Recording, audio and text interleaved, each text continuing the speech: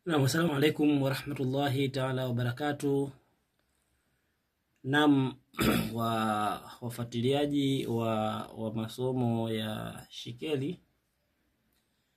Naam, leo kidogo tulipanga tulete mako ya dakhila, tuelezee mako ya dakhila kama tulivyoelezea mako ya kharija. Lakini kwa kuwa tumepata wasa, tunataka tupite kidogo kutazama mpambano huu wa leo. Timu hii ya Pyramids au Pyramid na RS Berkane wanacheza nadhani majira saa 2 usiku huko kwa saa za kwetu huku Afrika Mashariki. Na si hii tunaleta mpambano huu saa 11 jioni hii inshallah. Tunatajaribu kutazama je, nani ambaye atashinda pambano hili la finali, manake huyu bingwa wa CAF Champions League, huyu bingwa wa CAF Confederation Cup. Hawa mabingwa wawili wamekutana sasa, kuna kikombe, nani atakichukua? Nani atashinda? Kwa kutumia ilmu hii ya ashkali. Na tukapiga tukhti au bao huu kioo tumetengeneza, kikaanza na humra, nakul ahadi namba 2, sinkaf namba 3 mpaka namba 16, akawa mankus au inkis namba 15, hakimu kawa dakhila.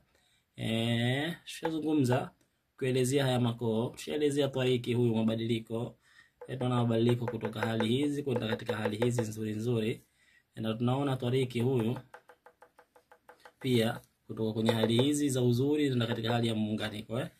Hapo ni kutafsiri, lazima ujue makoo. Lakini kosa ambalo walifanya wanafunzi wengi, tukhti usitolee hukumu kama tukhti hujaihakiki juu ya ukweli wake. Ubao lazima uhakiki, uangalie hiki kioo kinasema kweli. Kupiga tukhti na kupanga hakumaanishi umemaliza. Lazima kioo hiki au bao hili ulihakikishe linasema kweli au linaongopa.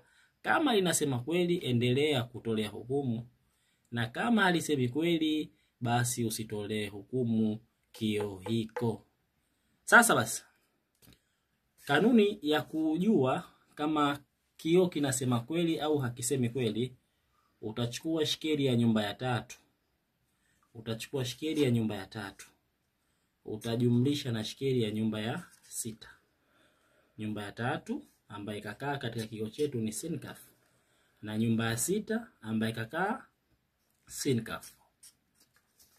Tunapata hapa shikeli ya jamaa. Huyu jamaa ndio mtoto ambaye tumempata.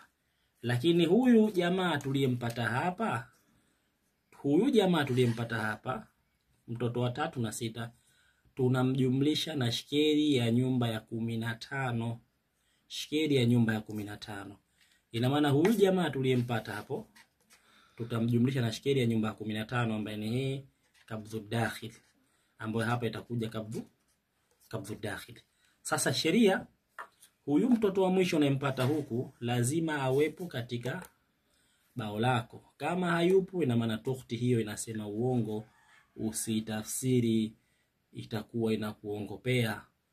Itakwambia anashinda huyu wakati kumbe hashindi huyo. Itakwambia ina goli 2 wakati ina goli 4. Itakwambia kuna sare wakati kumbe kuna ushindi. Kama kioo kinasema uongo, usikitolee hukumu.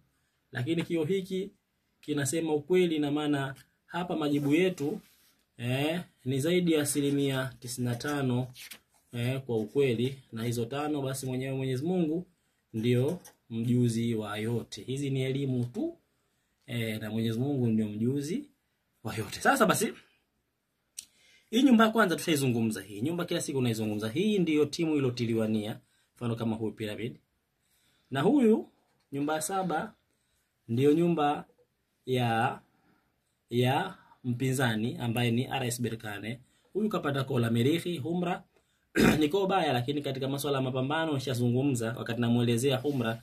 Katika masuala ya vita, mapambano, Merihi niko nzuri, ndio yenye kuonesha mtu kupambana, kumwaga jasho, kujitoa.